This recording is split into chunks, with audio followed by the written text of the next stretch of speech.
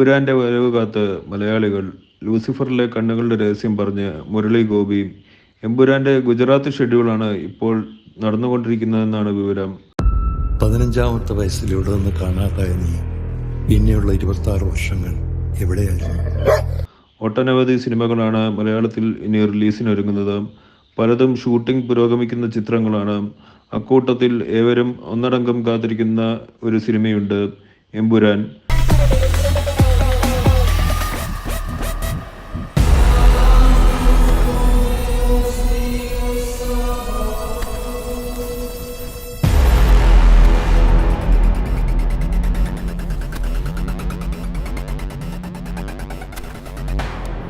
Lucifer എന്ന block buster ചിത്രത്തിന്റെ രണ്ടാം ഭാഗം എന്ന നിലയിൽ വൻ ഹൈപ്പാണ് ചിത്രത്തിനുള്ളത്. ഒപ്പം മോഹൻലാൽ ചിത്രവും.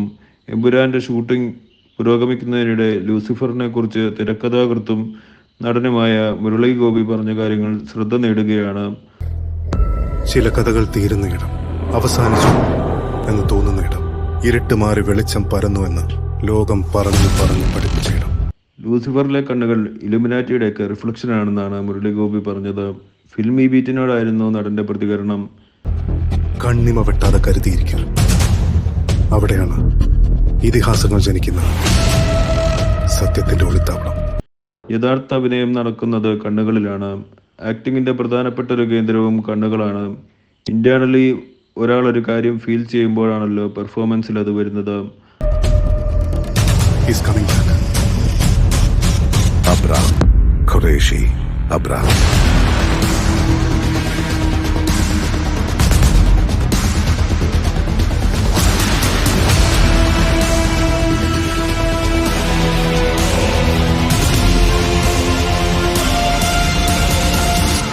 അതാദ്യം പ്രതിഫലിക്കുന്നത് കണ്ണുകളിലായിരിക്കും. അപ്പോൾ ആ കണ്ണുകൾ പവർഫുൾ ആകുക എന്നത് ആക്ടിങ്ങിന്റെ മെയിൻ കാര്യമാണ്. പക്ഷേ ലൂസിഫറിലെ കണ്ണുകൾ എന്നത് വളരെ വ്യത്യസ്തമാണ്.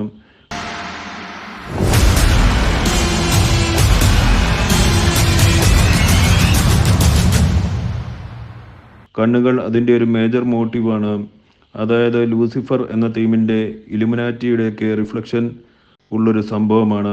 ലൂസിഫറിൽ അതൊരു പ്രധാനപ്പെട്ട ഘടകം തന്നെയാണ്, അതും സ്പെസിഫിക് ആയിട്ട് എന്നാണ് മുരളി ഗോപി പറഞ്ഞത്. तू कौन है पहले ये बता। संगानी की खिचड़ी में चम्मच डालने वाले कौन है तू?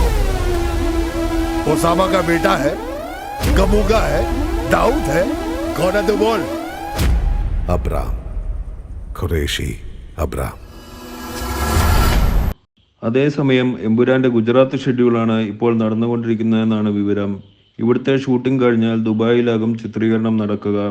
ഈ വർഷം എമ്പുരാൻ റിലീസ് ചെയ്യാൻ തീരുമാനമുണ്ടെന്നും അല്ലെങ്കിൽ 2025 ജനുവരിയിൽ ഉറപ്പായും റിലീസ് ഉണ്ടാകുമെന്നും ബിഗ് ബോസിൽ വെച്ച് മോഹൻലാൽ പറഞ്ഞിരുന്നു.